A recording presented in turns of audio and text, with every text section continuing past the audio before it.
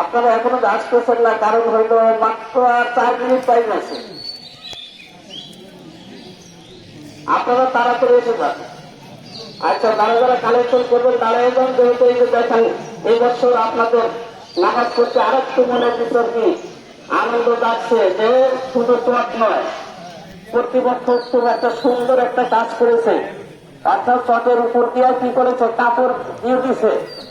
আমার মনে হয় এখনো কিছু কাপড় যেটা বাদ আছে, কারণ হলো কিছু কাপড় গুলা হয় নাই, যাতে ইনশাল্লাহ আমরা কাপড়ের উপর একটা সুন্দর বিছনার উপর নামাজ পড়বো। আবার কিছু দেখা যাচ্ছে এই সুযোগটা নাই, এটা যেন না হয়। আমরা যেন প্রত্যেকের জন্য এই ব্যবস্থাটা করতে পারি। চট থাকবে, তার উপরে সুন্দর থাকবে, আপনার কাপড় থাকবে।